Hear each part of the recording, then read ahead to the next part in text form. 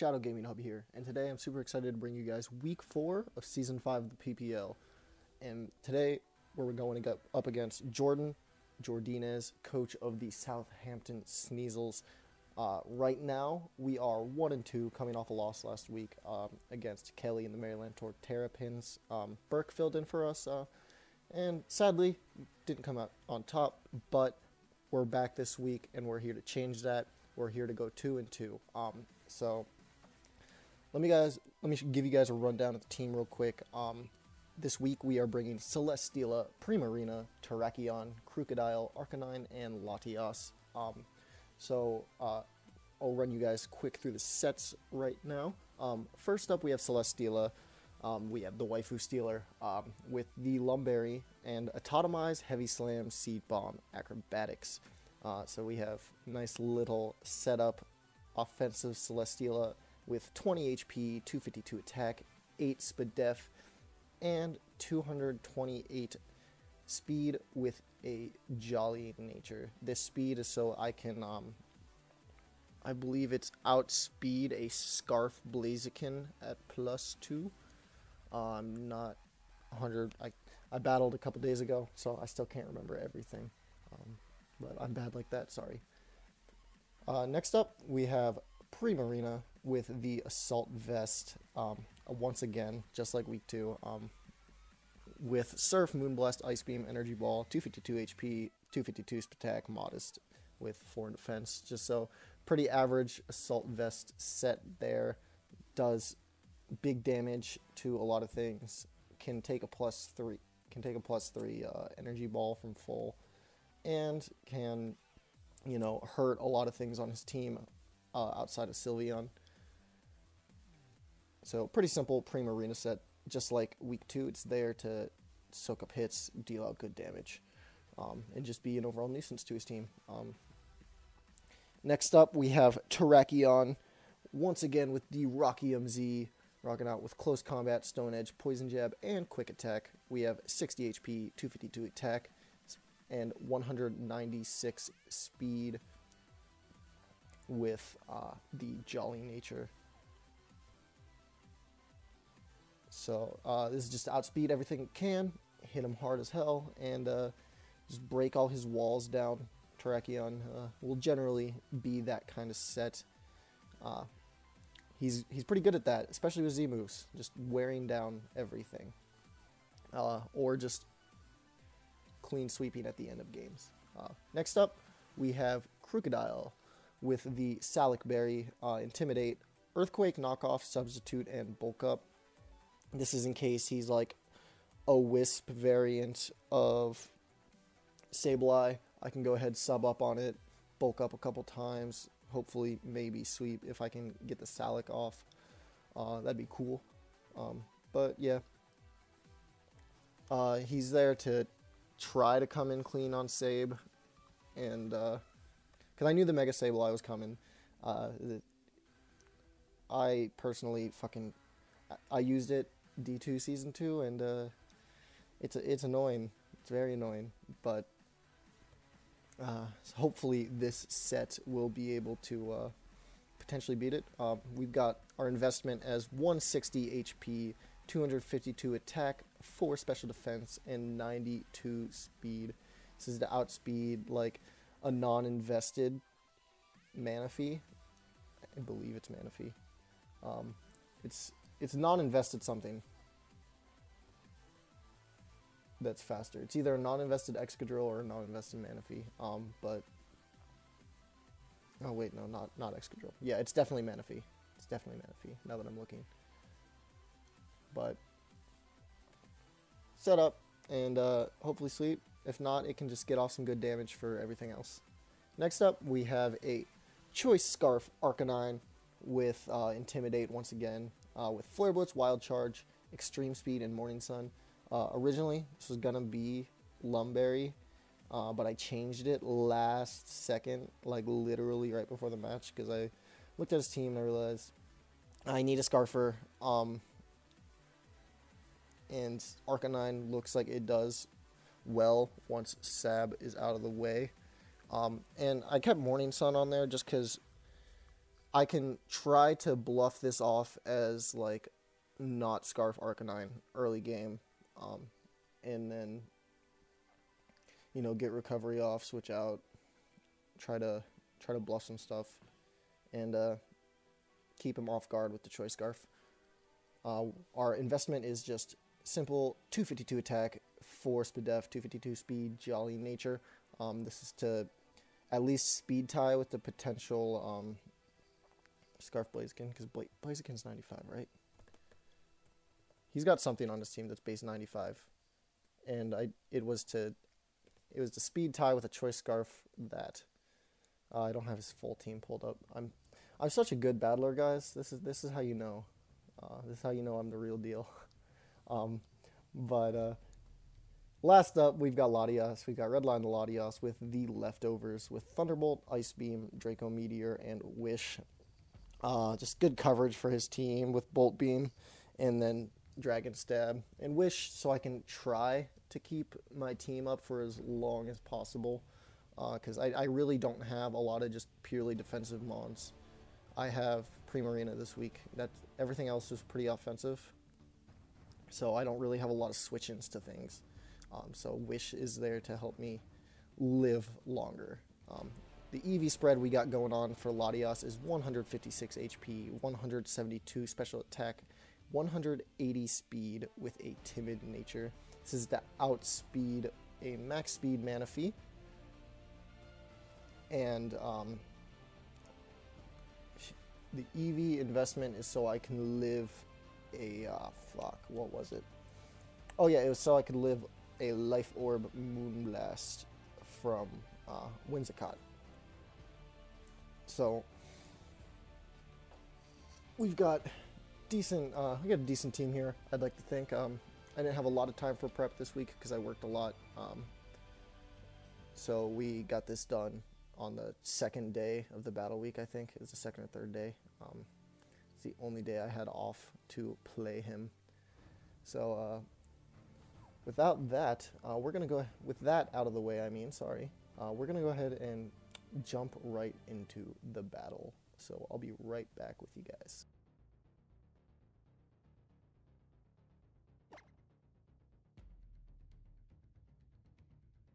So here we go, guys.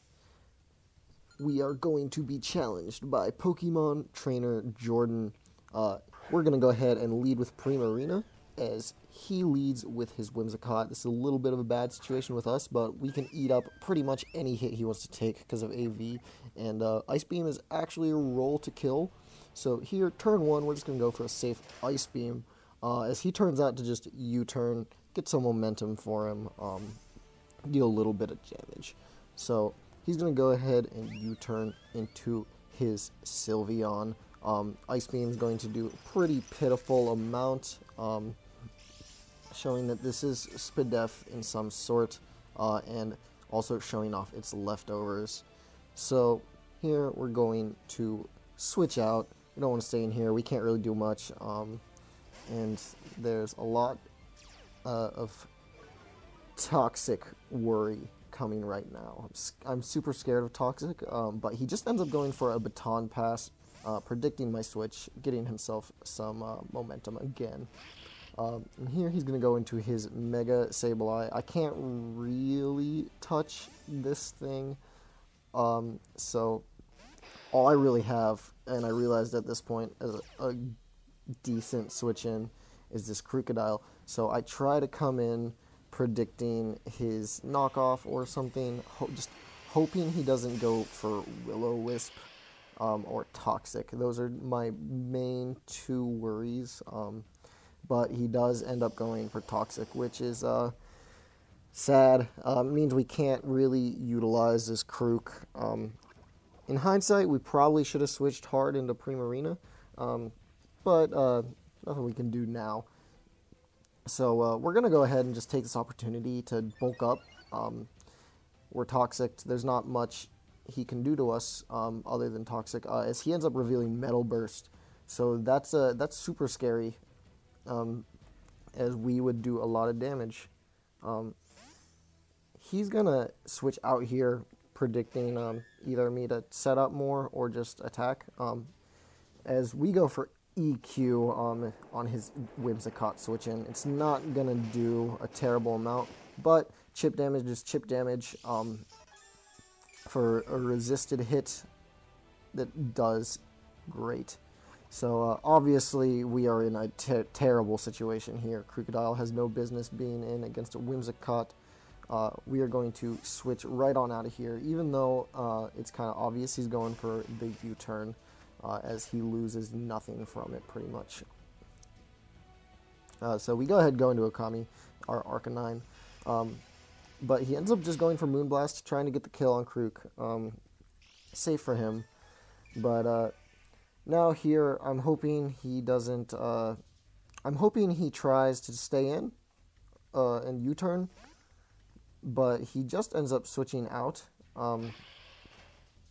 straight into Mega Sableye. So as we go for the Flare Blitz, trying to catch him off guard with Scarf, he just goes ahead and pulls the safe switch. We do a decent chunk to Mega Sableye here, doing about 40%. But obviously he's going to be able to recover Solace out with that. And we're just going to hard switch right back into Krook. It's the best thing we have to get consistent chip damage on this. So he recovers back up to full. We take more toxic damage, and we're looking at about 60% with us. So here, I decide I'm just going to straight up just keep going for EQs. I need chip damage on this thing. I don't want it to just recover stall me. But that's what he ends up doing. He just clicks recover again, which would have been a great opportunity for me to once again go for a bulk up, but I didn't. So sad face. Here I'm gonna make the switch out straight into Primarina this time, as I expect him to go for either another recover or an attacking move, but he predicts my switch. Kudos to him there, and goes for the Toxic on my Primarina switch in. So now my biggest wall is Toxic, which is super not good. I'm going to go ahead predict the switch out to Sylveon here, and go straight into Terrakion. Unless he's decently Fizz-Def, I should, if he's fully Spadef, I can kill from this range. It's a roll, but it's a roll in my favor. And I can live any hit from him if he's defensive. So I do go for the Poison Jab here. Turns out he's defensive in some sort, and definitely lives that hit. I do get the Poison, not that it really matters too much, as he just goes ahead, Hyper Voices. I live, and here I was this close to clicking my Z move. I was so close to clicking my Z move, it was ridiculous, but I didn't. And I'm so upset at myself that I didn't. Oh, I still can't wrap my head around why I didn't. But he pulls the switch into Mega Sab here. Poison Jab crits, and here Continental Crush is a not a guaranteed OHKO, but once again a roll in my favor. And I didn't expect Shadow Sneak to be that fourth move. So he goes ahead and just takes out Terrakion with Shadow Sneak. We're gonna pull the safe switch into the Sableye, but he stays in as we try to predict his switch out and go for Surf. And then he's gonna smack us with the Metal Burst. Couldn't remember what it's called. I'm an intelligent person. But here we're just gonna predict his switch out. I thought he'd want to try to keep this around. It does wonderful against my team. But he just Shadow Sneaks, and we're able to take this out with a Heavy Slam after we switch into Celesteela. So Celesteela's going to go ahead and pick up his first kill of the game, get that attack boost, and huge annoyance out of the way with Mega Sableye. Obviously, we don't want to stay in here. Definitely scared of the Scarf. Gonna pull hard switch into Arcanine as the fire move is something I'm highly expecting, and the Fire Blast is exactly what comes. I wasn't expecting the Fire Blast, I was more expecting the Flare Blitz, but Fire Blast definitely doing more than Flare Blitz would have done. Here, I go ahead and take the opportunity to Morning Sun. And this is when I'm like, okay, he doesn't think I'm Scarf. There's no way I'd lock myself into Morning Sun in this situation, you know. So I figured here, he's gonna go for either an attacking move or switch out. So I decide to just get back up to full with another Morning Sun, as he ends up going for Wish, which is highly upsetting. If I wasn't Choice Scarf, he would be a dead Sylveon. So here, I have no choice but to watch him get that Wish up, and sadly Poison does not get the kill. Just falls short, probably around like 4 HP if he didn't have lefties. But here, we just pull the safe switch into Celesteela. He's got really nothing. But he ends up baton passing, deciding to not let his Sylveon get it. And instead, he just hard switches into Manaphy, which really kind of confused me because he had the ability to get his Sylveon up to full, and he just didn't. But this gives him an opportunity to get up a Tail Glow, which is super scary. I go for a Seed Bomb, just trying to get chip damage on this thing while I can. I'm super terrified. Manaphy is obviously a gigantic threat, especially if it's got its Tail Glow set up. So here, we're going to pull the switch into Primarina, sacking it off. And so here we have one of two plays. We can either go into our Arcanine, or we have one other play. What is it? Oh, or we can go into Latias for chip damage. Neither will OHKO, but it will leave the other one the ability to kill after. So here I decide Arcanine is less useful ultimately, and we just decide to go in, get the wild charge damage off, and sack it off to another Scald.